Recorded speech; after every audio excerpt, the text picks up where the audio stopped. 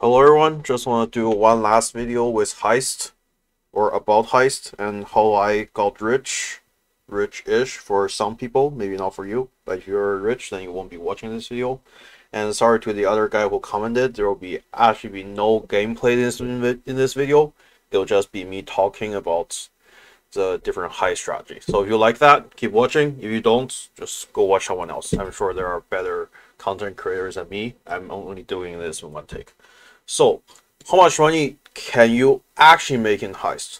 So I started, I would say, around 5-6 weeks in with Heist, and I don't think pure div per hour is a good number to give because that number will vary depending on what stage of gear you have, how much base currency you have to invest, and how much I put into build.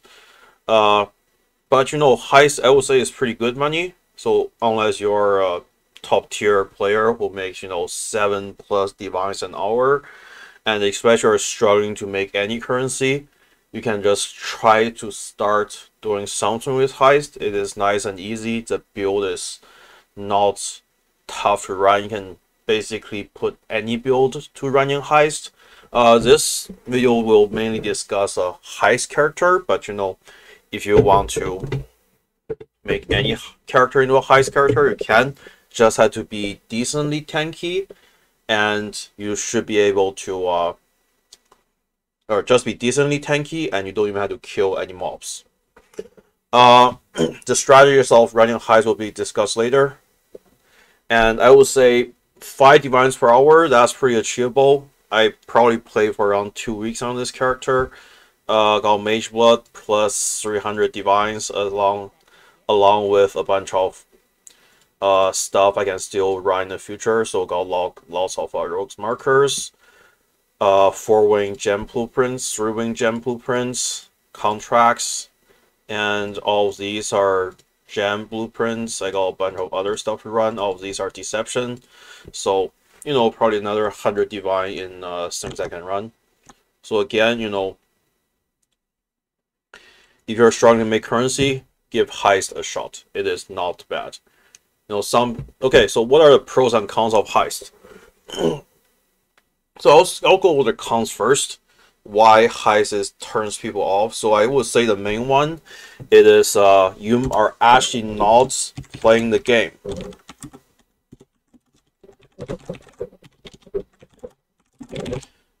By not, I mean you're still playing Path of Exile, but you're not doing like a big part of this game. You're right? So you're taking a small part of the game. You're not doing mapping, and you're only focused on making currency. That might be fun for some of you guys. That might not be fun for you.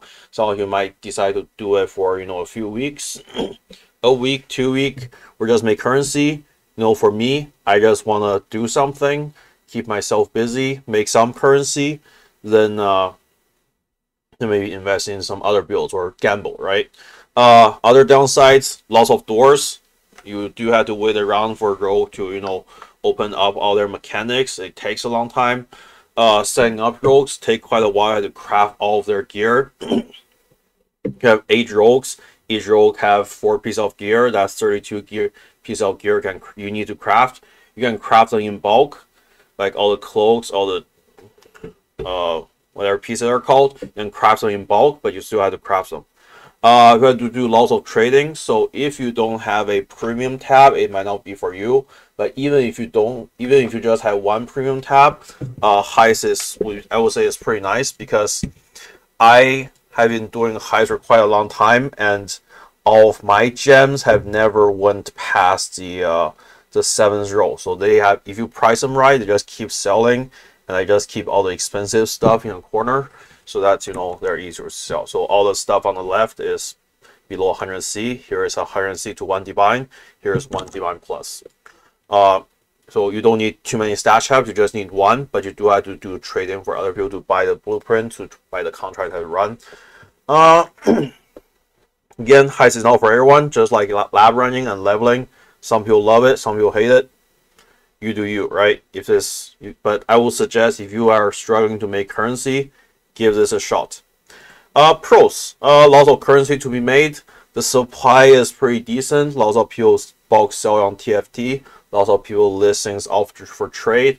You know, if you want to buy big quantities, go to TFT. You know, just buy one here and there. Go on the trade website. I would say this is pretty viable at all times of the league.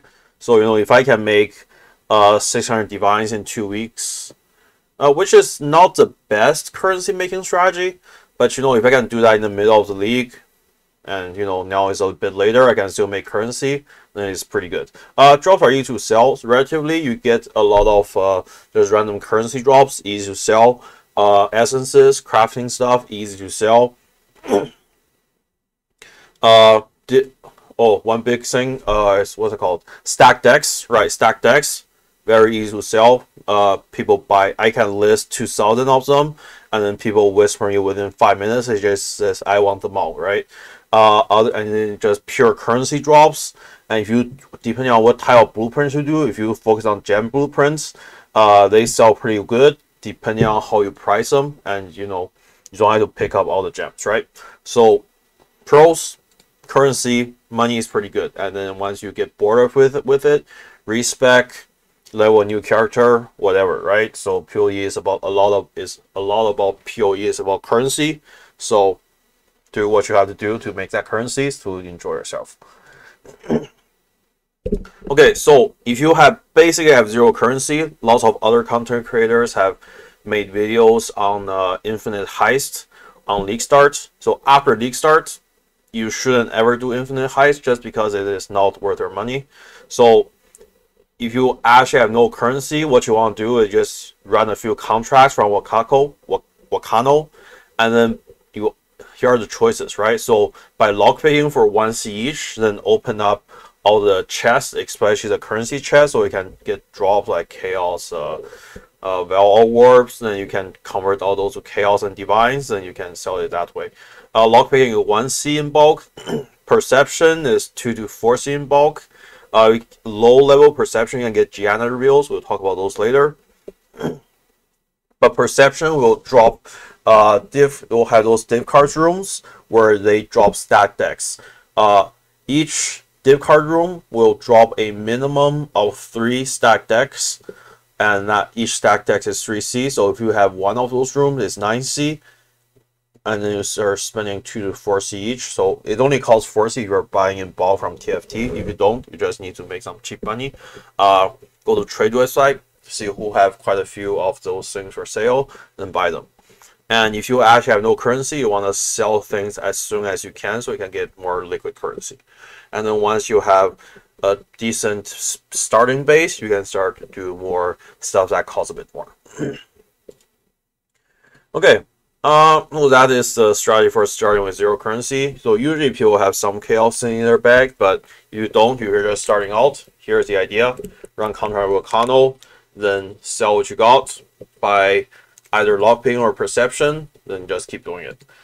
Okay, so should you make a dedicated character up or not? So depending on how fast you level, if you make a dedicated character, you can get up to, I would say, 600% movement speed pretty easily.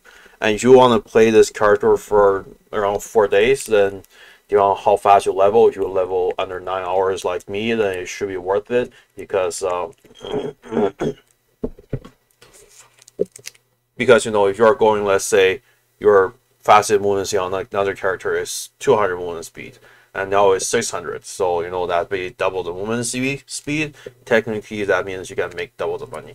And you know, you can make any build into a heist character. Just put on some speedy boosts, get a nice Quicksilver flask, and that's basically it. So prioritize defense and movement speed. You basically have to do no damage. All you have to focus on is decoy totems and frost wall. So here are the 2 classes you can do is Pathfinder and Raider. So here are my opinions on both characters. If you want to do a dedicated heist character like me, because I was playing this character for 2 weeks now, right? So Pathfinder. So I will go with Raider first. So Raider, I would say, is better on league start just because you get free onslaught, free phasing, and 40% spell suppress, right? That is all defensive. That's all quality of life. Very good. I would say it's better with no gear just because it's easier to cast suppression and all those stuff. Again, free phasing and onslaught. That is 2 out of flags you don't have to run. Your Pathfinder had to run these 2 flags just to be faster. Well, onslaught is kind of optional, but it's still nice. For Raider, we had to run Life Flask. Just so you know, because there's basically no recovery, so we had to run a Life Flask. Another thing is you had to kill stuff to refill flasks.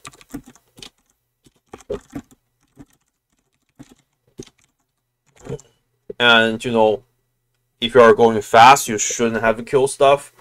Then if you are not killing stuff, you don't have flash. If you don't have flash, you're slower. So for Pathfinder, you get permanent flash, so very speedy.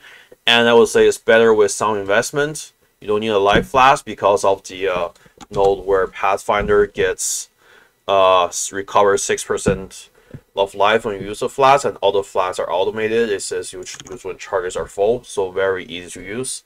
It is a bit hard to cast spell suppress, but you can basically cast spell suppress with all the nodes on the tree. So this cluster right here, this cluster,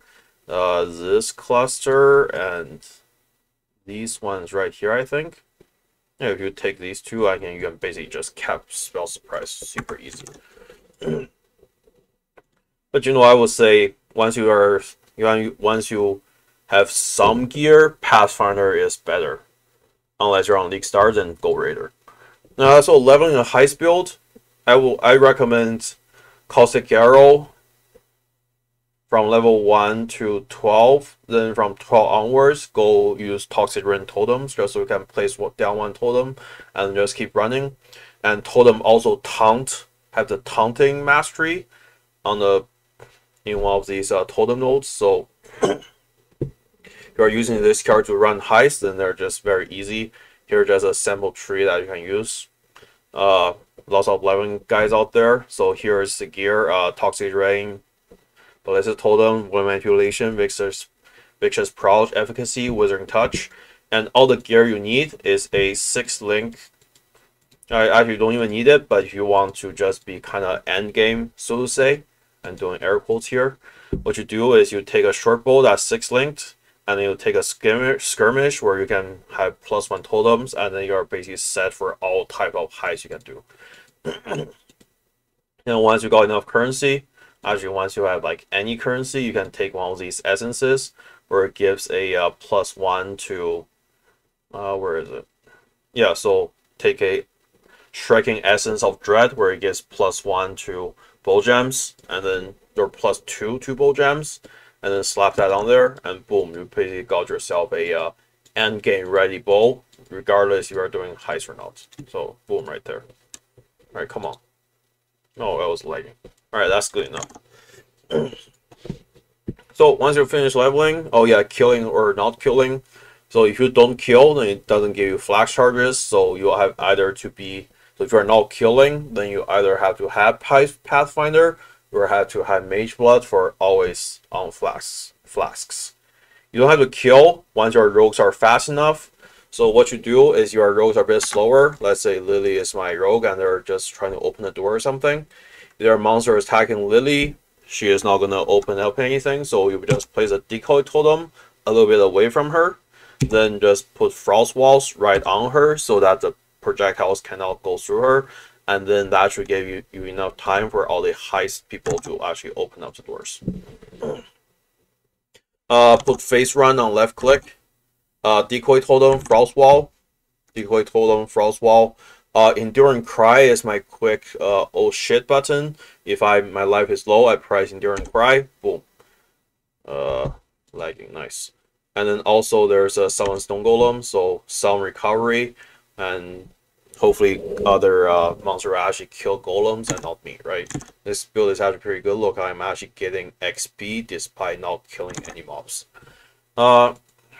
So if you want to do a low budget build, so between 70 and level 70 and 80, all you have to do, grab Queen of the Forest, 1 C item, 2 H emojis, 1 C each, so that's 3 C.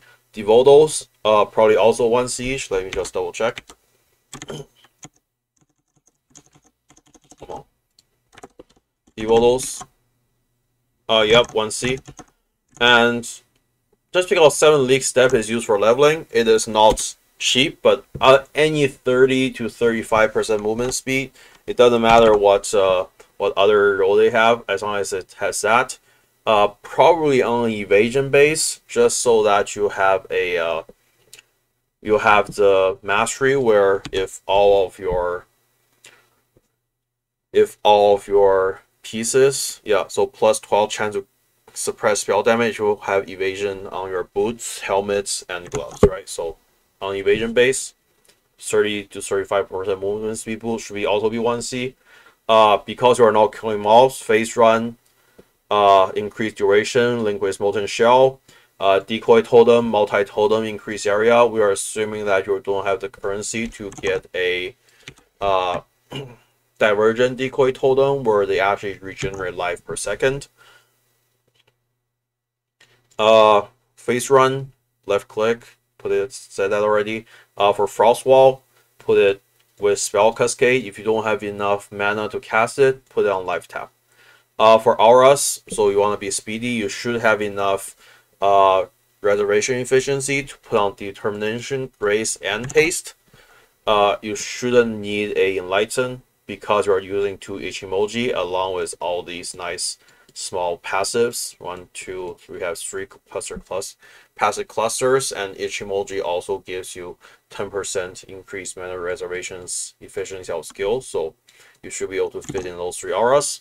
Make sure you have 45,000 evasion with flasks. Because you're a Pathfinder, you should have permanent flasks. If your evasion is not 45,000 even with grace, make sure you use a J flask where it gives you plus 1500 evasion rating, and if you roll it a few times, you'll get like an increased effect. So you should be able to get to 45,000 evasion rating pretty easy, just so you cap out your Queen of the Forest movement speed. So if you have all these items, you should have around I would say 300 movement speed, and that is enough for pretty much all the high skiers. So here's a quick sample tree. Aura effect cluster, flasks, and then there's some more flasks down here, some flasks down here, etc. Again, not a build guide. If you want to look at my 2 previous videos, I have build guides there, so check it out. So once you have enough currency, I would say maybe 5 divines. Spend 2 to 3 divines to upgrade your gear. So I would say buy XP until, well, maybe buying XP is a bit expensive, but 5 ways is really easy XP, or very cheap and easy XP, especially 11 gems. So buy XP until level 9 to level 5. Use Lethal Pride to get Chainbreaker, right here. Take a look at your Lethal Pride rolls. This one is not bad because it gives strengths on all of these small nodes, and also gives strengths on these big nodes, so it makes me equipping things a bit easier. Also, I have totem placement speed, which is, not bad. All of these just have strength. You have to hover over this. Actually, it doesn't show how much strength it gives. Okay. So you want to get Chainbreaker, so it converts your mana region to rage region, and you want to get here you want to get mana region implicit rings. Kind of optional. They might be a bit expensive. Blue Pearl Amulet, not expensive. And then use Deafening Essence of Misery until you hit Open Suffix on your jewelry, and then you want to craft on minus mana cost, so none of your skills cost mana. Well, if there are skills, let's say the Golem and the Decoy Totem, where mana cost really high, just put it on life tap, and then you can use it on life. And what else can we invest in? Divergent Decoy Totem, so the Decoy Totem can actually regen life, so it lasts a bit longer. Link it with Enhance level 3. Face Run, also link it with Enhance level 3. Frost Wall, no, I have to put it on life tap, or you don't have enough life to cast it. For auras, you're gonna add a clarity and level it to as much as you can, so it reserves all of your mana. Remember, none of our spells actually cost mana, so you can do that. Link it with Enlighten level 3 if you can afford it. And also cap spell suppress, which you should have done, is not the hardest thing to do. Okay, high budget, so 25 divines plus.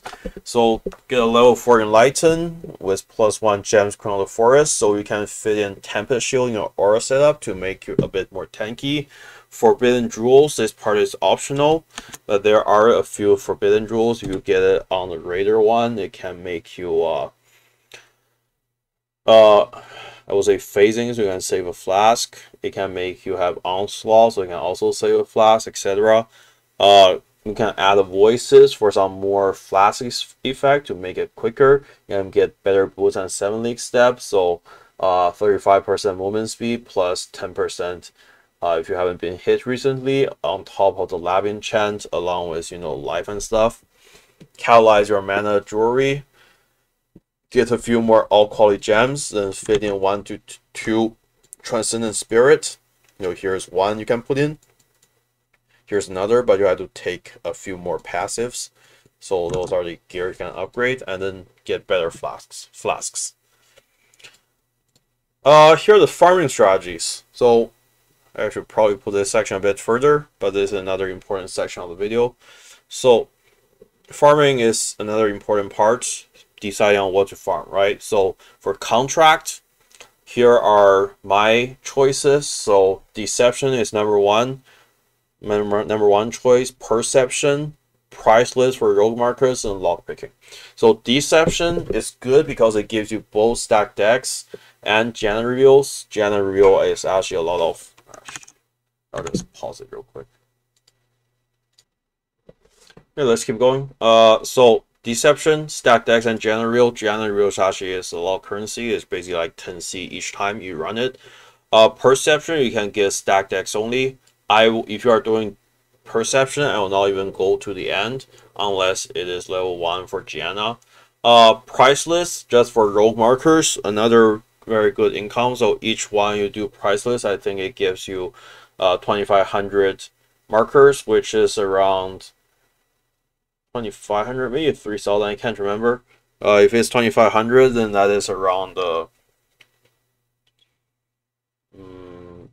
13, 14C, so you buy them for 2C each. It is pretty good currency. And lastly, you can do lock picking just for pure currency drops, and then you can hope for divine.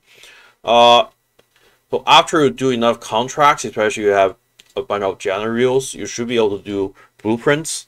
Here are my orders. So gems, they're easy to sell. You get quite a bit of it, and they don't take up a lot of stash space. So those are all good qualities. Then you have the replica and experimental bases. So some experimental bases are worth a lot, but most of them not really, right? And for replicas, there are some replicas that are worth a lot, like replica Elberon, but you get any of the other ones, they're kind of bad, so not really the best. Trinkets are currency. Usually you'll get some nice currency for currency rooms, but trinkets, you do have the one that's worth 100 divines. We'll get it. It is basically 1 in, I think, 20,000. So basically 0 chance of anyone getting it. In charted armaments, you get Tempering and Tailing Words. One of them is 7 divines. The other one is 1.5. I have run like 10 enchanted armaments. I never found one Tailing or Tempering Warp. So I just say, so for me, they're not the most worth it to run. Might be different for you. Maybe I just haven't run enough of those. Okay, so for maximizing profit, so here are the orders of things that you should do. Run Deception for Janna and cheaper blueprint reveals, right? And then you want to pick a tile blueprint to run. Then you want to reveal the wings with Janna. So for example, here I'll show you. You want to reveal the wings with Janna just because it is cheaper to reveal things with Janna. Let's take a look. Sure, why not? So reveal blueprints. Actually, I don't have any Janna reveals. So you want to switch to Janna, then you want to reveal these wings, and then after reveal those, you want to switch to Wakano, then reveal div cards room only. Okay, so this step is optional. You can actually use Wakano to reveal other rooms, but div card room, I would say, is the only room that is actually profitable. For me, even that I open a lot of all the small boxes. Many people don't open those small boxes. But for me, div card and currency rooms are the ones that you always open, with div card room being the one that you actually reveal. Rinse and repeat, then make currency. I run all my blueprints white, so here are the blueprints that I run. I run all them white. I also run all my contracts white, so it takes some scours, but it's not really the biggest problem. If you have a blueprint that have a lot of currency or div cards, let's see if I can find one. For example, this one, right? I have 7 currency and 2 div cards, so that's 9 rooms you want to open. Then you want to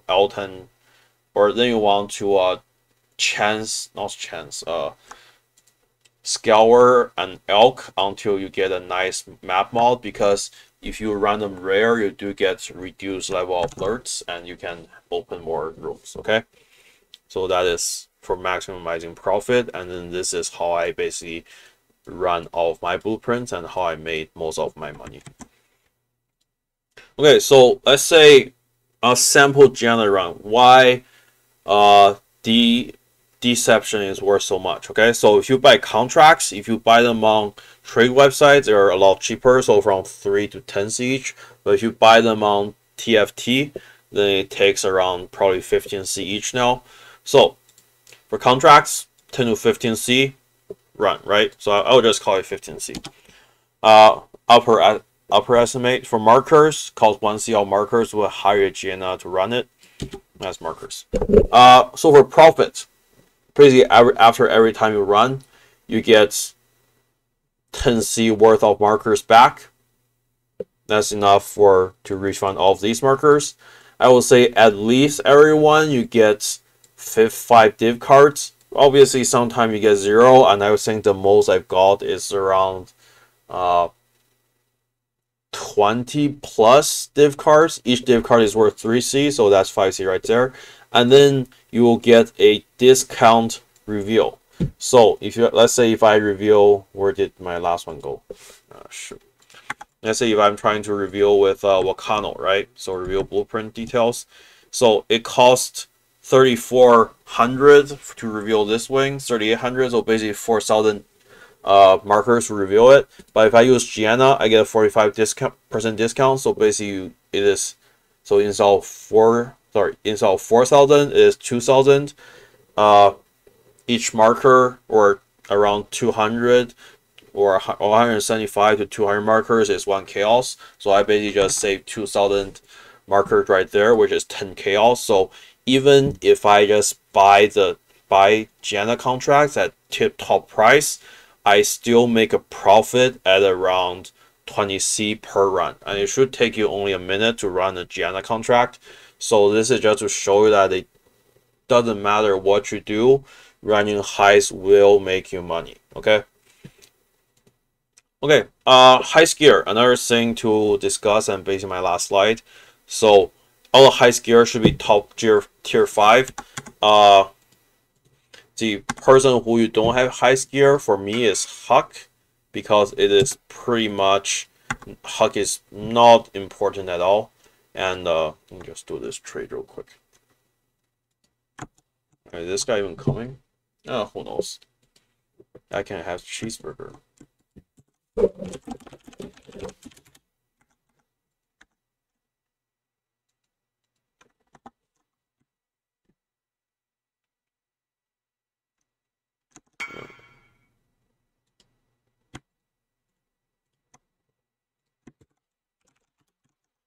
Alright, yeah, I met this guy yesterday. It's pretty funny. Okay, so here are the heist gear. So you should be all tier 5.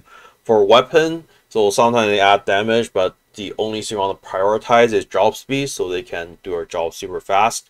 For cloak, for starters, just get any combination of job speed and reduce alert levels, so you can open up more chests. And once you get enough currency, try to get the chance to not trigger lockdown during Grand Heist, so you have some chance to open up 1 more lock boxes. For tools, also for weapon is a 1 on the left, for cloak is a 1 on the right, for tools is a 1 on the bottom. Prioritize job speed, not generate alert level, or +1 to all job level. Gianna should always have +1 job level, just so you can run Deception and Perception up to level 3, I think, and I can't remember what the last one is. Can't remember what the last one is. For Brooch is the one that is hardest to roll, so you do want to have the chance to duplicate drop currency or drop basic currency. You also want to have the increased quantity of items dropped. These two are the most important, and you know, if you want to have one of these and then drop speed, that is basically perfect. Okay, so Brooch is a 1 on the top. Trinket. So for Trinket, that is the one slot where you get one of these. To unlock it, you have to run a Trinket blueprint, and then there is a crafting bench recipe there. You click on it, you get it dropped. So I would say duped currency drop and then Quant is probably the two best ones. Regal and Chaos to Divine. So Chaos to Divine is probably around 8 divines each. Is it worth it? No. Regal to Divine is around 8, maybe 6 divines each now. Regal to Divine, I would say, is more worth it. And you also can have alt transmute and augmentation drop as chaos. So if it's me, I'm doing it again. Right now I have a chaos orb drop as divine orbs instead. But for now, if I do it again, I will just buy a Trinket with dupe currency and quantity of items dropped. That is probably way better than just buying a multi-100 divine. I would say 100 divine, 100 divine Trinket where you get 1% chance for chaos to drop as divines. So let me just finish this trade, but that's basically it. I'll post this video again. You know, if you watch it, you watch it. If you don't watch it, whatever. But if you have any questions, I will try to answer all of them in the comment section below. And good luck running this, and I hope this video has been helpful. 30 minutes, just putting on the background. Right, see you guys next time, maybe.